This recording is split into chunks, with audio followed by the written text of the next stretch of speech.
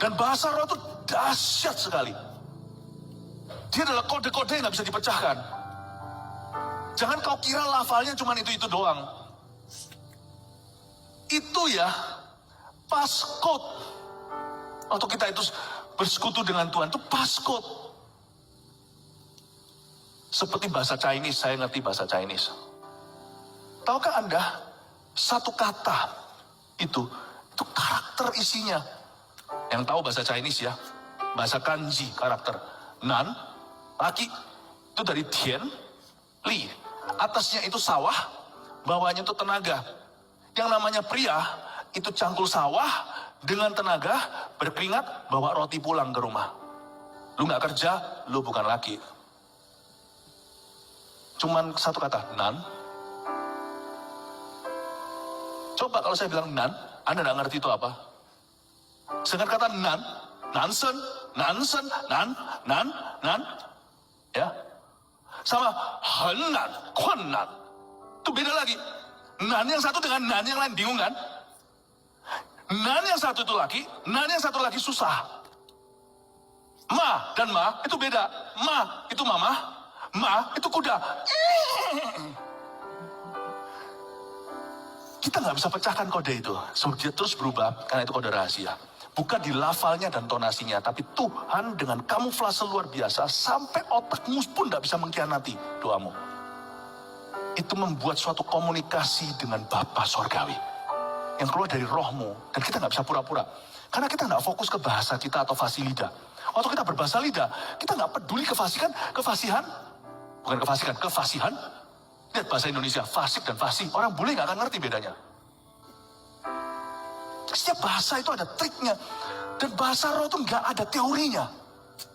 Dimana nggak bisa satu orang ngomong itu dengan ngomong itu sama, tonasinya beda, atau bahkan lafalnya sama pun nggak ada arti beda. Menit kemudian nggak pakai lafal itu udah lain lagi itu artinya. Anda pernah nggak buka di safety code, safety box, titit 4 kan? 1, 2, 3, 4. Itu waktu Anda tekan 1, kedua, 1 itu udah berubah 7. 1, 2, 3, 4 Anda nggak bisa pecahkan. Itu sudah 7, 2, 3, 4. Waktu Anda buka kedua, 7, 2. 2 itu sudah jadi 5. 3, 4-nya betul. Depannya sudah jadi 7, 5.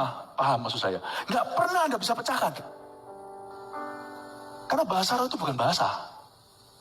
Keintiman dan pergumulan dari dalam rohnya, Roma 8. Dari dalam dirimu, kamu menggumulkan sesuatu dengan keluhan yang tak terucapkan dengan bahasa manusia.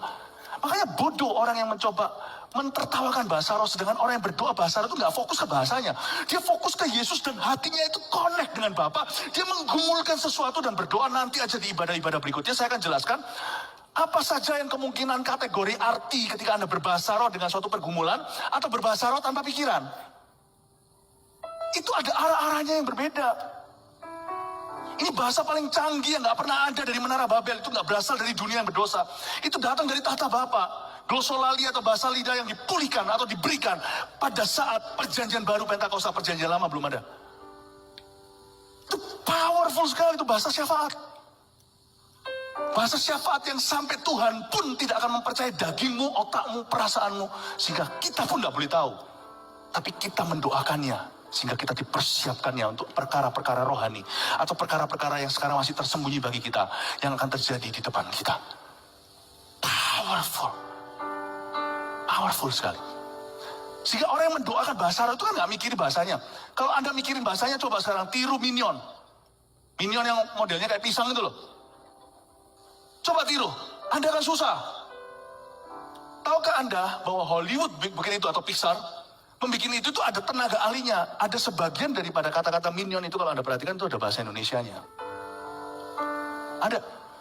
Dia nggak bisa cuman gitu. Itu semuanya sudah harus ada teksnya. Dia bikin apa Minion satu, Minion lain tuh kelihatannya lucu segalanya itu nggak bisa. Untuk menciptakan bahasa baru, itu pun suatu rekayasa. Itu perlu satu pakar ahli sama-sama orang-orang yang membuat itu di balik layar animasi tersebut.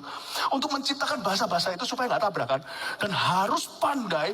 Inggris nggak dapat, Spanish nggak dapat, Chinese nggak dapat, dibuat yang kemana segalanya. Dan waktu Anda berbahasa roh, apakah Anda mikir ngomong apa berikutnya? Kan nggak. Berarti itu bukan keluar dari akal budimu, itu keluar dari rohmu. Sebab dibutuhkan untuk bikin Minion itu aja dibikinkan sekelompok orang-orang untuk membuat animasi itu dan buat bahasa yang lucu. Dan itu pun niru bahasa Indonesia ada di situ. Ini pulang setelah ini tonton di Minion sampai ketemu bahasa Indonesia. Makanya itu orang yang meremehkan bahasa roh itu, atau yang mentertawakan itu, dia sendiri yang lucu.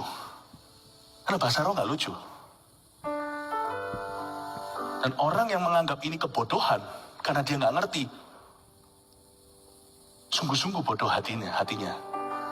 Karena justru bahasa roh itu memang ditujukan supaya tidak dimengerti, tidak bisa dipecahkan kodanya. Ngapain aku bahasa roh buang-buang waktu? Ngomong apa ini? Justru itu tujuannya, barang siapa berbahasa roh, dia berkata-kata kepada Allah.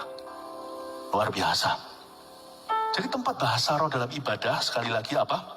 Adalah saat menyembah dan ketika berdoa syafaat. Waktu latar call berarti seperti itu. Kita berdoa. Jadi satu kalimat itu saya curiga, saya nggak punya buktinya. Bisa saja saya mendoakan satu kalimat. Bukan di banyaknya kosakata. Itu saya sudah mewakili 100 orang sana mendoakan spesifik by the power of the Holy Spirit. Bahasa roh adalah bahasa supranatural doa. Bukan berapa jam kau berdoa dalam bahasa roh. Tapi ketika hatimu meluap, lewat kode-kode yang gak bisa dipecahkan oleh setan, bahkan oleh manusia dan oleh dirimu sendiri. Itu Anda sedang menaikkan doa syafaat yang sempurna di hadapan Bapa untuk kebutuhan yang bahkan Anda sendiri tidak sadari ada di sana. Makanya saya rajin berbahasa lidah. Untuk saya, untuk keluarga, untuk jemaat. Karena saya tahu, saya sedang berdoa syafaat. Tempat berbahasa roh dalam ibadah adalah saat menyembah dan saat altar call berdoa syafaat seperti itu.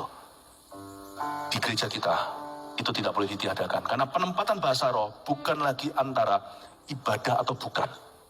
Tetapi persetujuannya ialah membangun dirinya sendiri dan berdoa syafaat.